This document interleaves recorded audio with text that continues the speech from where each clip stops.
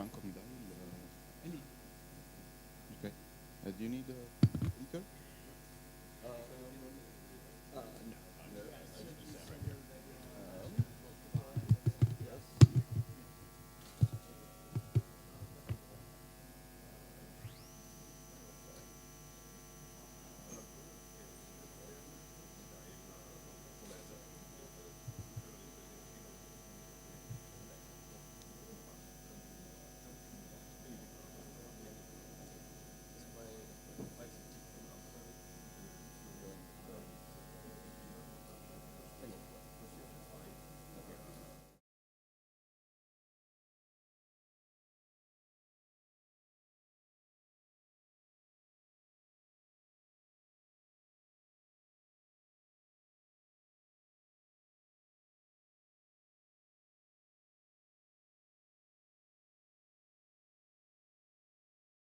Monty Taylor is going to be talking about how to test thousands of Python projects every day. Thank you, Monty.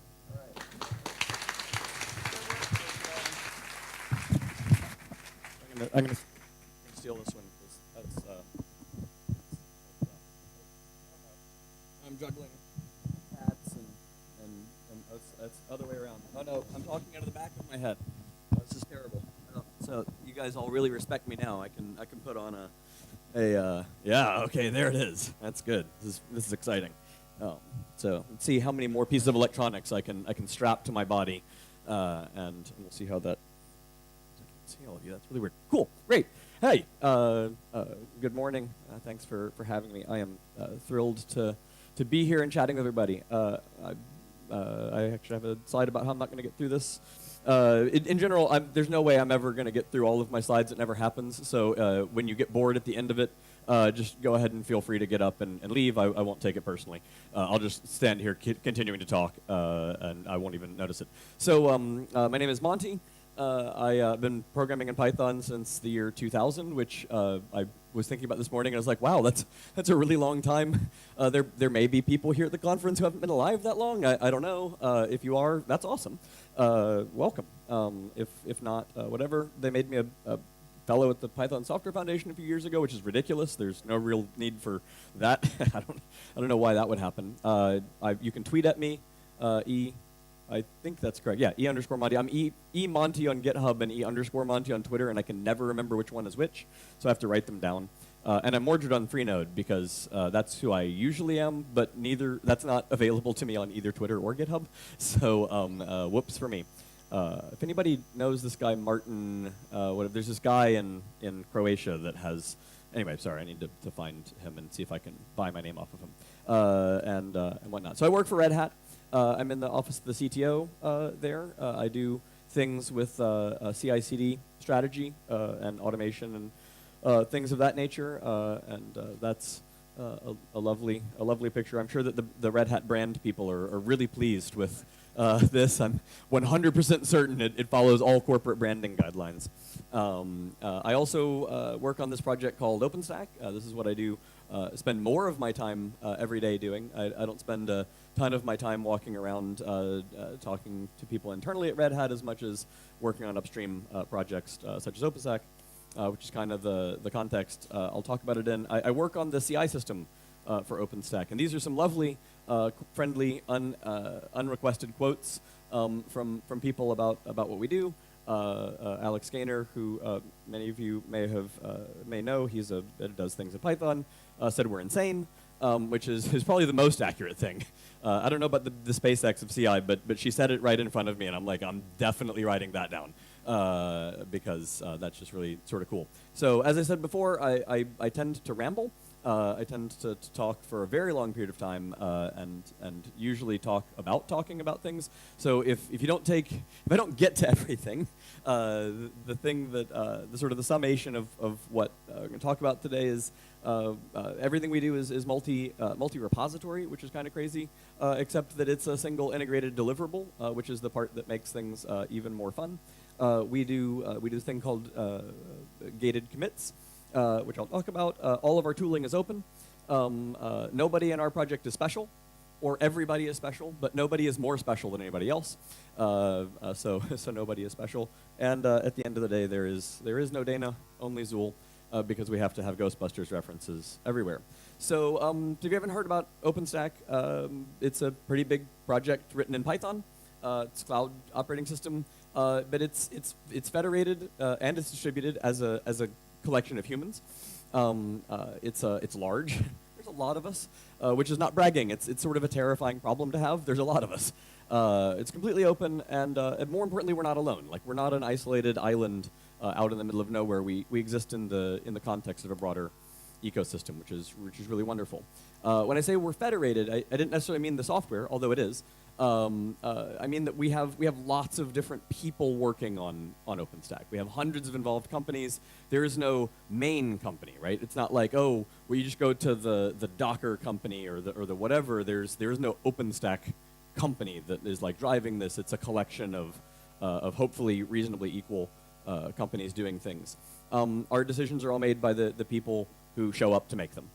So it's a highly democratic thing, and we have the lovely situation that we have to take the union of everybody's priorities and use cases. We can't just really say, oh, we only care about what Red Hat cares about. It turns out, have to also care about what SUSE cares about, and Ubuntu cares about, and Gentoo cares about, and that's just the Linux distros. So we kind of have to balance a whole bunch of stuff, which is fun. So there's some specific impacts of that. One of them is that nobody can appoint anybody to project positions. Everything has to be earned, which is wonderful. It's also hard sometimes because nobody can be fired, right? We can't fire a bad developer because they're a volunteer. They're coming, or they're probably being paid by their company in all honesty, but the fact that they're being paid by their company and they're working in OpenStack, we don't have any control over that, right? Like, company can go hire 1,000 new people and say, hey, you're all working on OpenStack. It's happened before. And they all show up like, we're working on OpenStack now. We're like, great. So happy to have you here. That's fantastic. Because that means that there's a variable background, right? We don't necessarily just have people working on it who woke up in the morning and are like, I really want to work on OpenStack today. We have people, we have those people. But we have the other ones as well, and we've got to be a place where all of those people can work together. We can't just be a place for the passionate or the passion-driven folks. As a result of that, we have a heavy reliance on consensus-oriented democracy, right? Everything is democratic, but more importantly, it's a very consensus-oriented approach to that.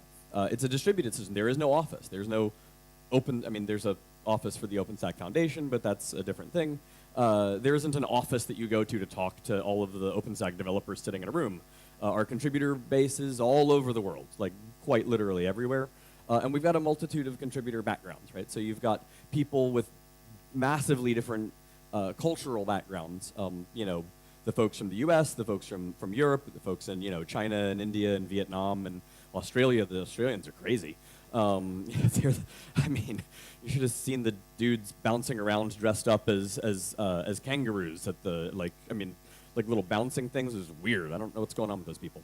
But we're still sort of heavily American, so we've got to deal with American exceptionalism almost all the time. The people running around who think that if the decision wasn't made at a VC office in Silicon Valley, that it's not valid, right? And so that's, of course, horseshit. But we have to deal with that. Like, that's a thing. We have to deal with the opposites of that as well. We've got to have tooling that empowers everybody, right? Your background, your specific cultural background, one specific cultural background can't drive how we're doing things. We've got to take into account that we have people who are maybe beginners and some people who have been doing this for since 2000 or whatever, and all of us have to be an integral part of the system. For that reason, we have a heavy preference for text-based communication. Things like video chat are really hard for people that maybe aren't as skilled at rambling with English out of the mouth as I am. Like, if it's video chat, I'm just gonna talk and nobody else is gonna get a word in, and that's not really inclusive. So we prefer the text-based things, and we can't assume U.S.-centric stuff. It's just not possible. we have large numbers of different things. And like I said before, this isn't a bragging thing. It's basically my daily terror is how many of these people we have. In any given 2-month period, 6-month period of time, we've got around 2,000 contributors. That may not be the same 2,000 contributors this 6 months as the next 6 months, which is fun. We have a large number of incoming changes. I counted this morning, and we have 1,904 Git repositories in the system. So it's always fun. For some comparison, this is some numbers. We run about 2,000 test jobs an hour ish, give or take. That's our kind of daily high water mark. We have build nodes spread across 13 regions of 5 public and 2 private OpenStack clouds. If any of you weren't aware that there are public OpenStack clouds, I don't blame you. The marketing on that is not the best that it could be, but there's over 20 public OpenStack clouds. There's one based here in Italy, actually, which is pretty cool, Intercloud Suite. They do a really great job. Those are spread across those clouds, so thank you to all those people for donating resources. And we merge about 10,000 changes a month-ish. I think actually Thierry has better numbers than that. By way of comparison, so I also work with the fine folks at Ansible. This is not in any way to say anything negative towards them. They're one of the coolest projects that's out there. In the first 4 years of Ansible, they had received 13,000 proposed changes and merged 8,000 of them. So, because if I say we merge 10,000 changes a month, like what does that mean? Like, it's I don't know, but it's pretty wild. So, everything we do is governed by we call the 4 open. So everything we do is open source, right? We don't hold back enterprise features. We don't cripple things. We don't leave things out. We're not like, oh well, you've got to buy the fancy version of that. It's all open source. Everything's open design, so we don't make decisions in a back room somewhere and then come out and announce them to the community and then expect people to do them. All of our development is done in the open. Everything that we do is public source code, public code review. All of our code goes through code review. It's all gated, which I'll talk about a lot more. And we have an open community. So we do, like I said, we have democratic leadership. We have lazy consensus for things. All of our meetings are done in IRC, and they're public and they're logged. Excuse me. All of our mailing lists are public and logged. There's times when there was a time a few years ago where somebody sent accidentally an email to the mailing list with their passwords to their production systems in it. They're like, hey, can you delete that from the archives? And we're like, nope, we don't delete things from the archives. That's public. And also, if you think that deleting that email after it's sent out is going to do anything, you're insane. You need to change your passwords, guys. That whole email recall thing that you learned from Microsoft Outlook, that doesn't work. That's false. I mentioned this earlier. Nobody in our world is special. Or we try our best to make this the case. We don't have dictators in OpenStack. We don't really believe that's a good thing for us. Especially given all of the different companies we got, is because there's a single person in charge, and that single person in charge is totally going to get bought by a company in our world, and we don't want that. If we had a Guido, that'd be a different thing, but it's only 1 or 2 Guidos out there, so to be honest, we're aggressively egalitarian, right? So we do anytime we find times or places in which the egalitarian quality is falling down, we try and address that. Like, we're human, so we're going to mess things up, but we try our best. There is no pay for play in OpenStack. Red Hat, I think, right now is the leading contributor to OpenStack. That does not give Red Hat any special privileges in OpenStack, other than they have a bunch of people working for Red Hat who are participating, which means that there's a general developer voice, but there's no like, oh, the Red Hat flag gets stuck on this. Like, that's not how the game works in our world. So in my world, in the CI world, we add a couple of additional opens. I like to think of one of them as the opens applied to our infrastructure. So all of our tools are open source. We don't use any non-open source tools for the development of OpenStack. Any external services that we use in developing OpenStack must be open source. We do not use any services that are not open source. And we try our best to not use any services that are only provided by a single vendor, because those single vendors can make decisions, they can shut things down, they can stop doing things, they can stop funding the development of their tool that they're providing you, and then you're in a really bad position. So we try our best to make sure that our community doesn't get held hostage by any sort of random company. whims. So in general, this is really important to me personally, and to a lot of us, that no developer who wants to work on OpenStack will ever be required to touch a piece of proprietary software to work on OpenStack, right? If you want to use proprietary software on your own laptop or on your own time and use that to develop, okay, like I can't, that's freedom, you know, like you can do that, but we're never going to require you to touch that, and that's really, really important to us. There's a sixth one, because we just like opens, right? So I'm just going to keep adding opens as much as I can. And that's the operations of our developer infrastructure. So all of our developer infrastructure is driven, I guess there's a hashtag that's come out in the last year or so, GitOps. We've been doing that for about 7 years. So that's cool. It's got a hashtag now, so I guess we're cool. All of our stuff is driven, all of our ops code is in public Git repositories. It all goes through code review. It all goes through testing and whatnot. We don't have humans running operations commands. Because if we have humans, every time we have a human running an operations command, that's a human who's more special than other humans, and we can't collaborate in a broad sense on the topic at hand with our entire community. We run as many things continuously deployed as possible. So we land things and they roll out immediately. We operate the infrastructure team the same as the rest of the OpenStack project. The same rules apply. We have elections for our leadership, et cetera. You have to earn your status. A company can't just appoint you to be somebody with root access on the project. We do have a small set of people with root access.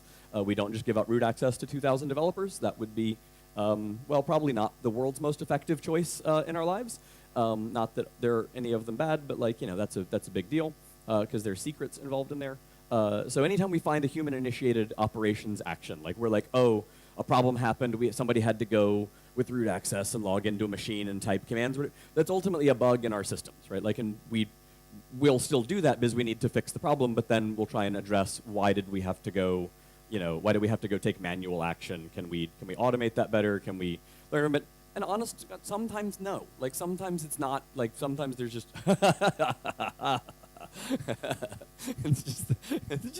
it's funny. Like it's like here's how much time you have left. I'm like, God, that's, you know, yeah. So anyway, I guess I skipped over. There are some secret keys and secrets that involve in running things. Those aren't in public Git repositories. I highly suggest not putting passwords, keys, certificates, etc. into public Git repositories or whatnot. It's just a bad idea. So don't do that. I mentioned earlier that we're part of a larger ecosystem. I just want to be really clear about that. We're not alone. Like there's a bunch of dependencies that OpenStack has, sort of across the world, and in many cases we use all of the available choices for a given type of dependency. There's a bunch of projects that are adjacent to us. We don't depend on them. They don't depend on us. But people like to combine them and put them together. You know, there's lots of people out there doing Kubernetes and OpenStack things, Ansible and OpenStack things, et cetera. And then we have a bunch of vendors. Vendors are great, I guess. You know, like I guess that they're awesome. But they've got their own products, like, and they need to be able to do things. If you know, if HP wants to have a storage driver for their 3-par SAN, they've kind of got to deal with that because I don't have a 3-par SAN, and I can't really. I mean, unless they want to just give me one, but I don't think that's a thing that's very likely to happen. We got to deal with all those.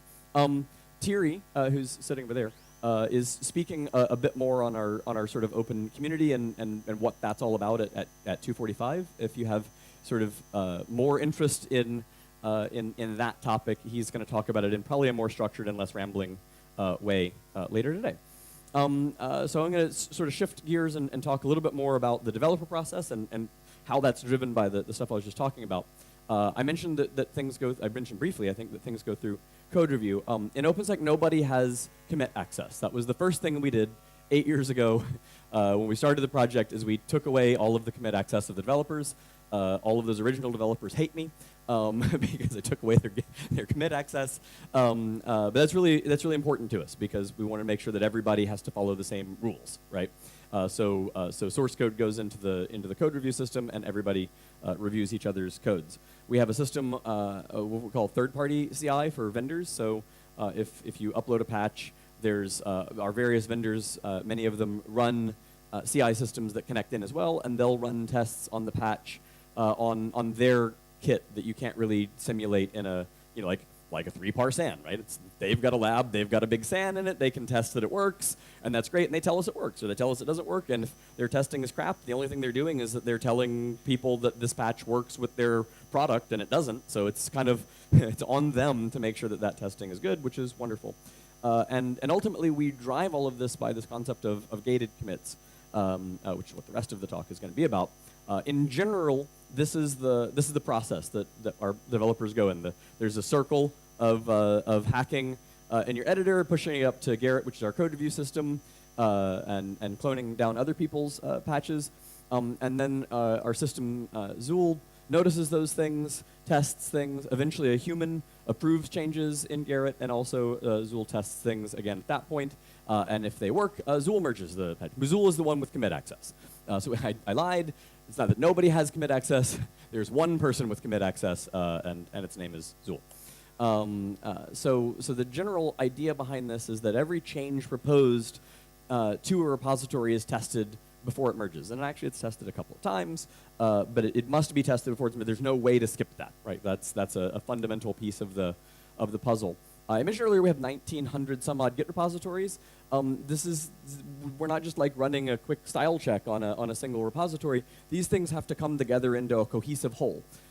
So the way that we do that is that we treat them as if they're a single thing, and as all of these different patches come in, the different repositories, we test them together, and that's kind of fun. We also do that in such a way that we're testing it in a monotonically increasing set of changes, because if you don't do that at the rate we get changes, if you don't actually test them in the way they're going to land, then you have race conditions inside of that, and you can let bugs slip through, and that's kind of terrible. And it's not theoretical.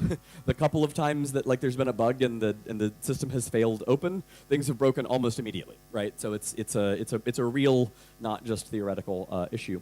When you do that, you start to get to the point where you can only test as many changes in a like you're doing things essentially in serial, so that you can test the prospective future state of the entire system.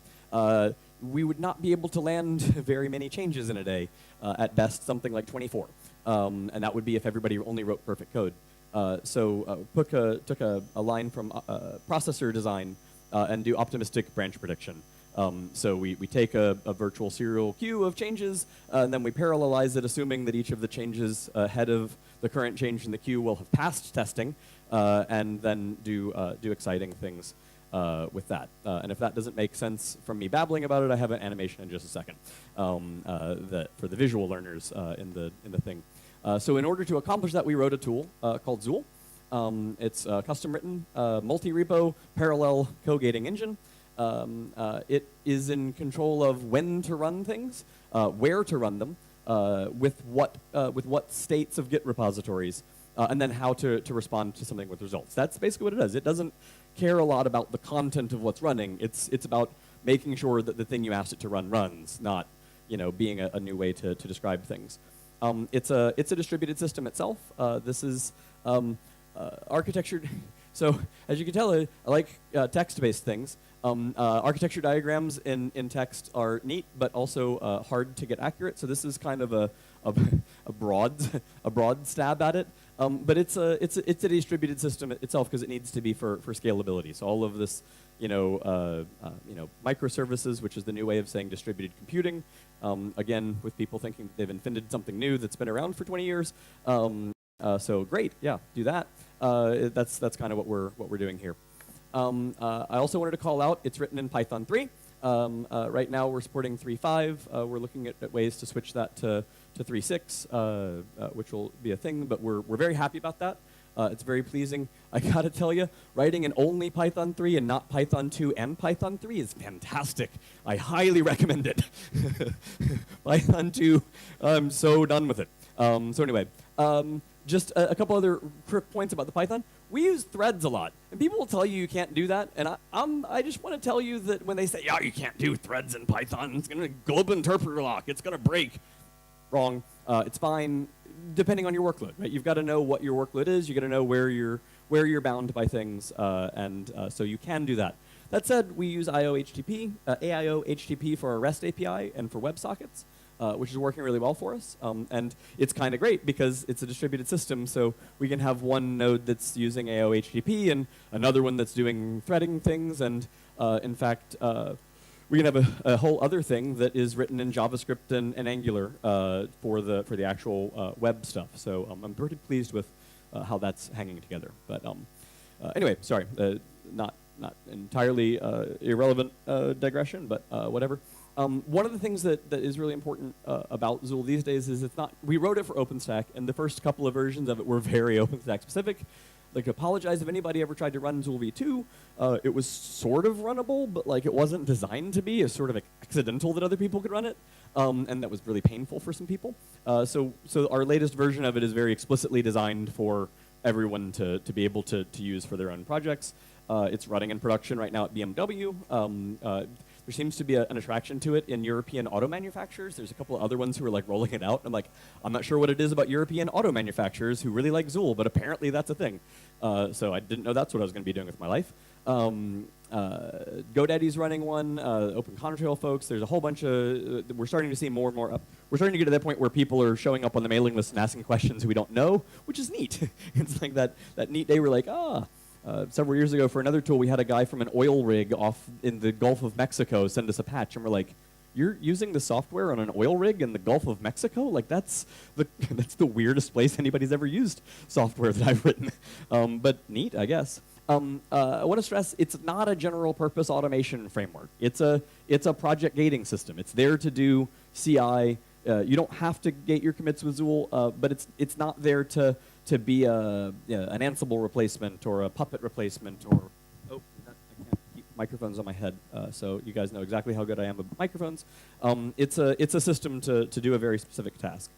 So in a nutshell, it listens for code events, right? Things emit stuff. It prepares the appropriate Git repository states, including the job config, which I'll talk about. It allocates the nodes for the test jobs. One of the things that we added in the most recent version is that it's inherently multi-node aware, because we're testing this thing called OpenStack, which is a cloud operating system.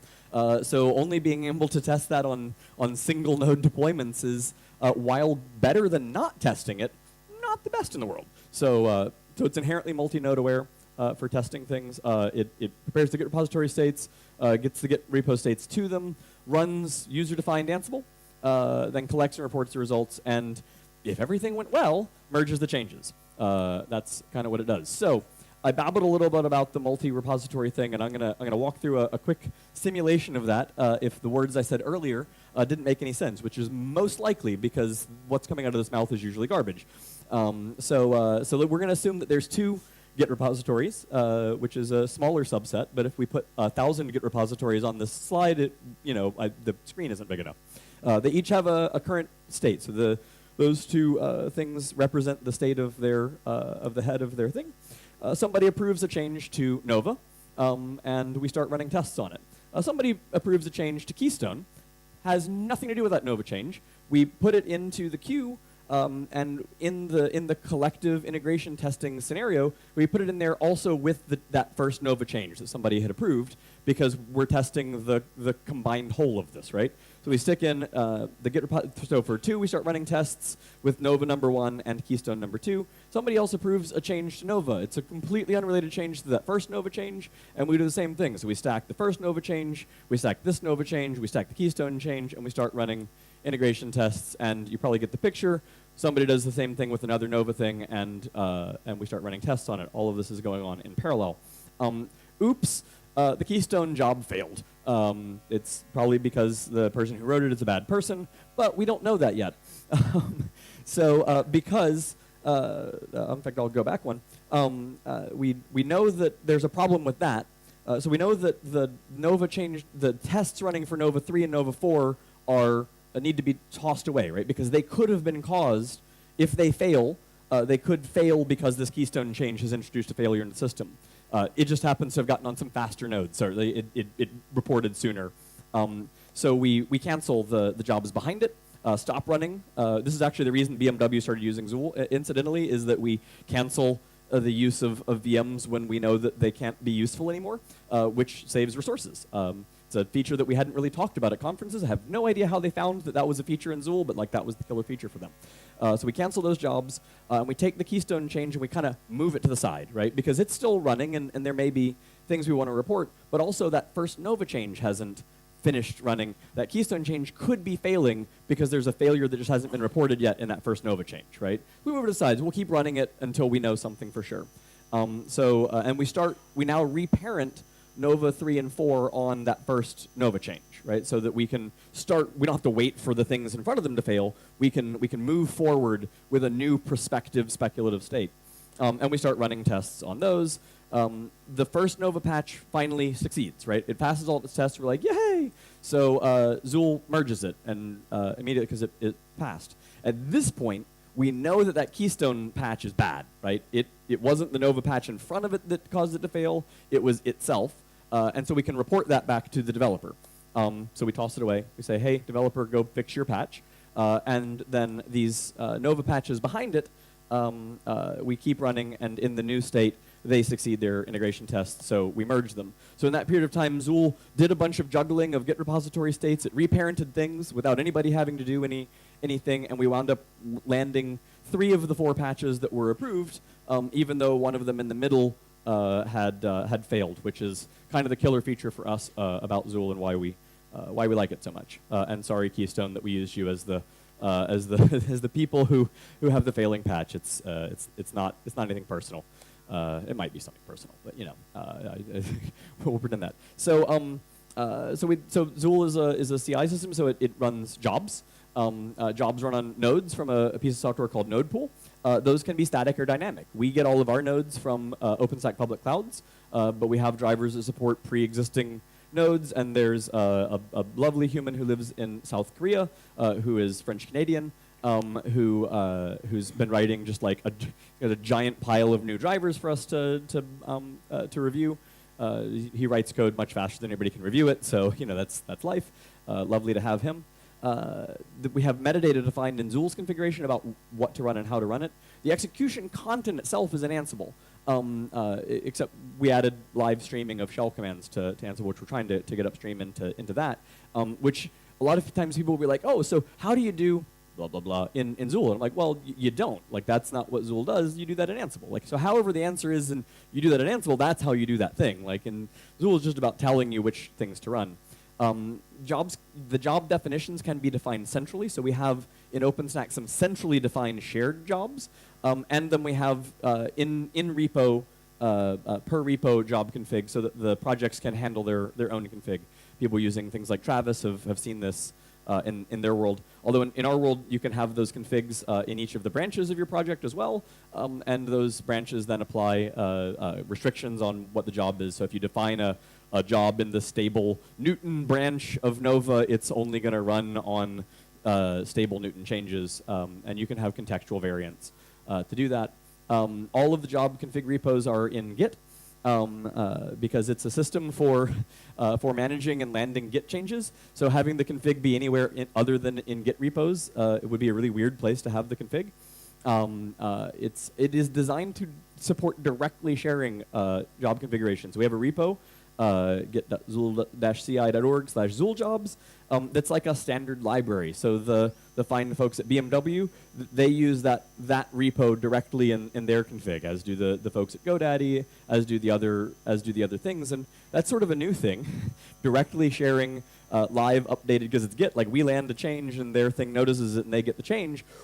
Making sure that we don't break people is important. It's a whole new thing, but it's pretty exciting and allows us to have this connected web of people that are testing similar things. You know, we have standard, like, we've got base tox jobs to know how to run tox to test Python things. Well, that's pretty much the same no matter who you are. Right? You don't need to define a run tox job in your own CI system. It's pretty much always going to be, make sure tox is on the system and run tox. Like, it's kind of straightforward. So we want to make sure that we can have that stuff be replicated. Job definitions themselves have the ability to inherit from other jobs. In fact, that is a big part of the system. There's a sort of a special job named base that everything in the system, if it doesn't define a parent, its parent is base. and you need to define at least one of those in your system, because that's how you tell Zool how to do things like, where do you want to put the log files when this is done, right? Because, like I said before, Zool doesn't do those things. It farms that out to the Ansible content that the user wants to use. So Zool doesn't know anything about logs. It doesn't care, right? But you did some stuff, and you've got some Ansible, so you can upload them somewhere in some base jobs. This is I mentioned the tox thing. Here's an example of the definition of the tox jobs. So we've got some playbooks. One sets up an environment, one runs things, and one collects the environment. We have those pre-run, run, and post-run phases so that we can restart or skip over things based on failures. So if you have a failure in a pre-run playbook, that's a setup thing. We'll just toss it and restart the job a few times, because sometimes there just might be an environmental setup thing, and you know, since that's a setup task, that you can restart the things. Something fails in the run playbook, that's your job failing. That's what you want it to do, and so you report that. And we want to run all of the sort of like unwinding fixtures in a test suite. We want to run all of the post-run playbooks, because we want to clean up. If one of the cleanup tasks goes bad, you want to keep running the rest of them. So they each sort of have different operational semantics. As I mentioned before, jobs run Ansible playbooks. We didn't define our own meta language for executing content on remote machines. They can be central or in the repo. They can use roles as is in Ansible land. We run them on one of the Zool executors, wrapped up in using a piece of software called Bubble Wrap, which is incidentally what the Tower folks were doing originally too. They're not allowed to execute content on localhost because that's where we're driving the stuff from. So if your playbook says localhost in it, it's not going to work very well. Here's an example of a really complicated playbook, which is us installing OpenStack and then running integration tests on it. Turns out that we're just using the normal Ansible features to do that. However, if you're not really a big Ansible fan, if you're like, I don't do Ansible, I don't care about Ansible, I don't want Ansible, whatever. Turns out you can easily run just some shell. You can run whatever you want to. It's pretty simple to just express the bare minimum to get you to please run this shell script on that host, and then you can define it in whatever you want to. Because the idea here is that if you're using Ansible for deployment, like in your real world, you use your actual production playbooks as part of your integration testing, right? So that you don't define a test-specific way to deploy your software. You use the real one. If you don't use Ansible, like I mentioned that we run all of our systems in the open, we use Puppet for that, even though we wrote a CI system that's based on Ansible. And so this is actually a snippet from one of our test jobs to test our infrastructure pieces. We just have Ansible install Puppet and run Puppet. And this is as much Ansible as we need to do that, because all the rest of the logic is in the Puppet that we're running, right? So that's okay. Like, you don't have to be an Ansible fanboy to use it. I'm incidentally at time. There's probably 100 more slides that I could talk about. For those people that want to, just anyway, I'm going to try and wrap up really quickly. But if you need to go to the next thing, don't let me keep your day. So we're going to give you a couple real quick examples of some of these things, because I'm talking about, like, we have this. There's an issue that comes up when you have your project spanning multiple Git repositories. This is not just a random example problem. This actually happened a few months ago, and so I was like, oh, this is a good thing that I can capture. So somebody reported a bug in a library that I work on. There's a thing. It didn't discover their NAT settings appropriately. Investigated it and found out that we needed to make a fix in a supporting library in order to make that work, to add a config override setting. Once that's added, we can consume it in the library that we need and then fix the bug. We want to integration test that without having to add a new feature to the supporting library and release it before we are able to determine that it fixes the bug, right? Because then we've just added a feature that library has to support until the end of time, and it didn't even fix anything. So we want to be able to do that, and we can, which is really cool, because we have this concept of cross-project dependencies. So what happens here is I write a patch to Shade, which is the library in question, that adds a new test job that tests Shade against the tips of rather than just the released versions of the library, that will also test it against the Git repository state of the additional library that we're talking about. Then I add that same job that I just defined in the shade repo to the other library, to the OS client config library, to run those jobs on it as well. And I say that it depends on that first change that we put up there, right? Then I actually add the patch that we care. By the way, this is like a 3-line patch. So this is a little bit of like one of those like, oh wow, I just did a lot of work to verify a 3-line patch. We add the actual the thing in question, and then we add support for using that into Shade, and again with the declared dependency on that stuff. And we can actually run through that. This final patch will run that. Will run the new test that we defined in the first patch with the new feature in the OS client config library, and with the new consumption of it, and we will have landed no patches to any of these things. So we can go all the way to the end of the stack, point at it, show, yep, this is going to work at the end of the day, and then we can go back and start landing things and releasing things and whatnot, right? So if we do that, I'll blow through this a little bit quickly. This is what they look like. I'm going to add some jobs and everything, and here's the adding whatever. I told you it's a 3-line patch. I'm sorry, I lied. It's a 7-line patch. This is the actual patch to the OS client config thing that we needed to add. So it's not a very exciting patch, but that's what we're trying to test here. And then when we run that, we actually get both a success and a failure, and that's good in this case, because what succeeds here is ShadeTalk's Pi 2.7 and Pi 3.5 tips. The jobs that we added that tested against master, those should pass because that has the new feature in it. The ones that test against the release version, well, they fail because we haven't released that feature. So if they didn't fail in this case, something would be horribly wrong. The tests would be broken, right? Like they wouldn't actually be testing that the new feature is there and is testable. So we can look at this as developers and reviewers and say, yep, okay, if we add this to that library and release it, everything will be good, and then we can make a release of the person's stuff. This, incidentally, it's one of the things that excites me the most about the system is that allows us to move much faster, right? Like you don't have to like really dither about the ramifications of. I mean, you do. You want to make sure the design is good, but you've got a safety net that allows you to move forward sort of at a breakneck speed. Another thing that is the same but different that we just added to Zool v3 is the ability to do that across source. So we don't use GitHub for anything because it's not open source, but other people do, and that's cool.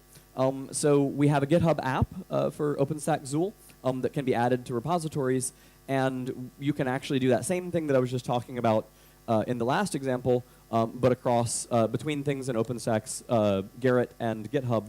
And in fact, similarly, it turns out I work on this library Shade, so it's where I get all of my examples from.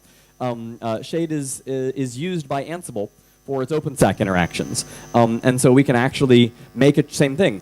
I need to make a new feature in Shade that's going to be used in Ansible, so I can do that, and then I can push up the pull request to Ansible, say this depends on a change that is in a different system, and it will test the two of those together in an appropriate way.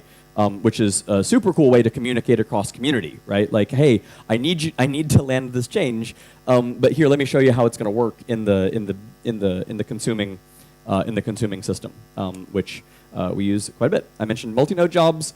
You basically just say, I need these nodes. So this is a definition for doing a 3-node job that has a CentOS 7 node and 2 other nodes with some groups. That stuff all gets bundled up into an Ansible inventory that's handed to the job playbooks when they're running. So you say, I want some nodes that look like this. It makes them. It hands them, and it runs playbooks. And then inside the playbooks, you can have things like this. On all of the hosts, install Ceph, right? Because if you're testing Ceph, you need to install it first, probably. And then just on the OSD nodes, you want to run this. And then on the monitor nodes, you want to do this other thing. And then do the other thing that you want to do. This isn't a real job because I don't know anything about doing a multi-node Ceph job. But in general, the structure is like this. It shouldn't be too complicated from an Ansible perspective, and it's the reason we did that. Projects are Git repositories. On the nodes, we decided to adopt Golang Git repo naming because they've got this whole thing where you've got a base source directory and everything behind that is, host and whatever. And so when we check out the Git repositories for you, we just put them in that form. If you don't want them in that form, don't care. Like you can move them. It's your node, but that way you can always predict where a Git repository is going to be. There's no the directory, because what does the directory mean when you've got 100 Git repositories? So we've actually found that naming scheme from the Golang community very useful. You can have dependencies. Our job dependencies is a full DAG. So you can express that this job needs to run, and then these 3 jobs need to run, and then there's another job here, and then whatever. You can do all that stuff, and it's just about expressing dependencies in YAML, which is what it is. Really close to the sort of last thing, but we have this ability for people to upload secret data into their own repos, so that people can do stuff with external systems that we don't have to know anything about. Because as admins, that's a bunch of overhead and high touch stuff. So we've got a system. It's inspired by Kubernetes' secrets API. Secrets can only be used by the project that they're defined in. So if you add a secret to your project, then that project can use that in jobs, but nobody else can. The day we rolled out Zool v3 with the support, one of the projects did this. And they uploaded it because they wanted to do Docker uploads, and we didn't have support for that at that moment in time. So the developer, as soon as we had support for the stuff, he's like, great. And he YAML'd some stuff, and all of a sudden, he was able to upload to Docker Hub, and he didn't have to get permission from us as the central administrators to do that. And that's the type of empowerment that we'd really like to have. And I just got the time up, the actual time up thing. And that's great because I'm on the what's next slide. Haha! Almost, I think I just talked lightning fast. That's amazing. So there's a few things that we've got coming up. I mentioned earlier we've got this guy Tristan who's just writing a whole bunch of drivers for us. So we've got Kubernetes, Docker, Mac Stadium, EC2, like node provider drivers. I think they're all written. They just need to be reviewed and landed.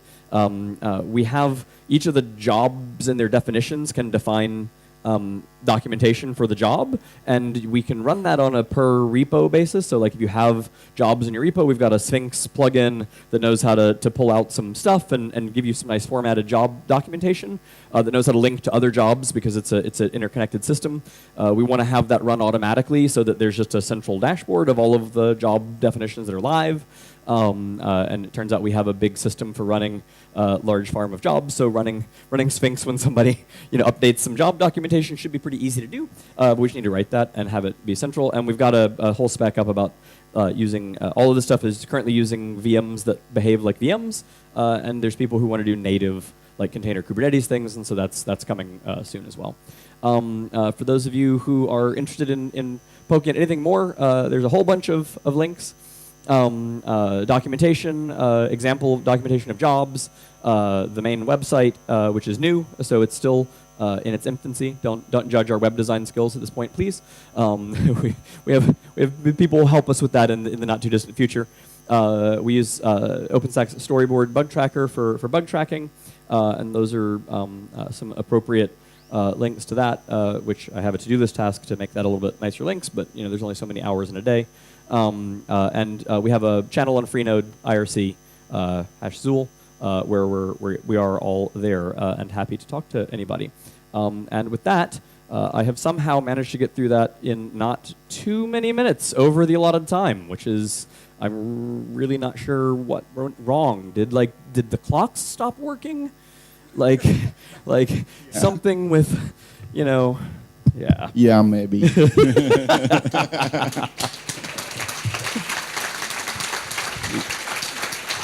Thank you, Monty. Thank you. Very appreciated. Okay. If you have any question, we have time for one quick question, and then you can keep in contact with Monty during the conference. Okay. Hi. Currently, I work for BMW Group. Yay! But on my team, we don't use OpenStack and Zool. Mm-hmm. I think one of the main reasons is because I saw before that if a job is failing, then the other ones which are following are cancelled.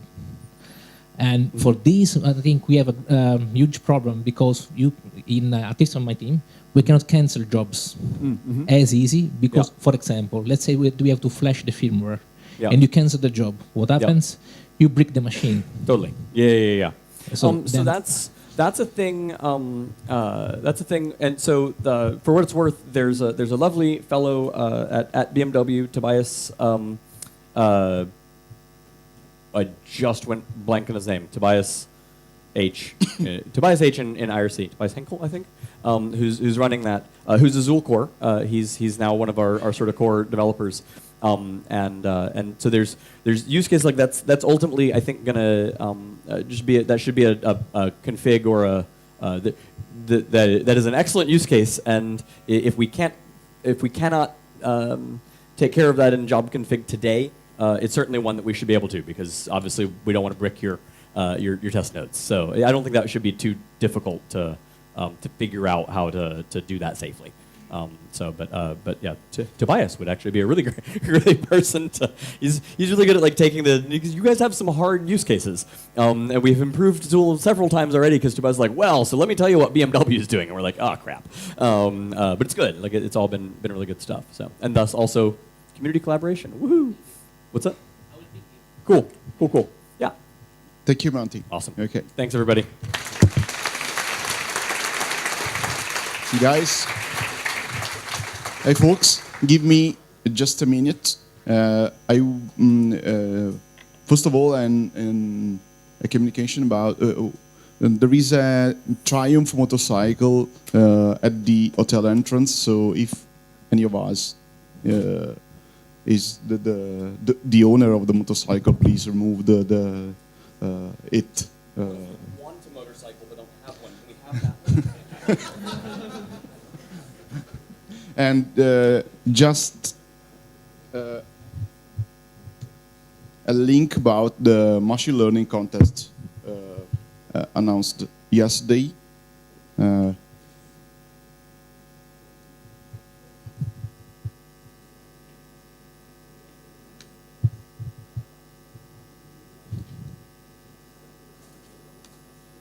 Okay. If you are interested in the contest, this is the URL with all the information, the dataset, and we created also a Slack channel contest in the Slack of the conference. So for any question or any issue about the link and the data uploaded to the platform, please ask us or write on. Yeah, Valeria is writing me. Okay. That's it. Now there is the coffee break, and see you here after the coffee break with the recruiting session here now. Oh?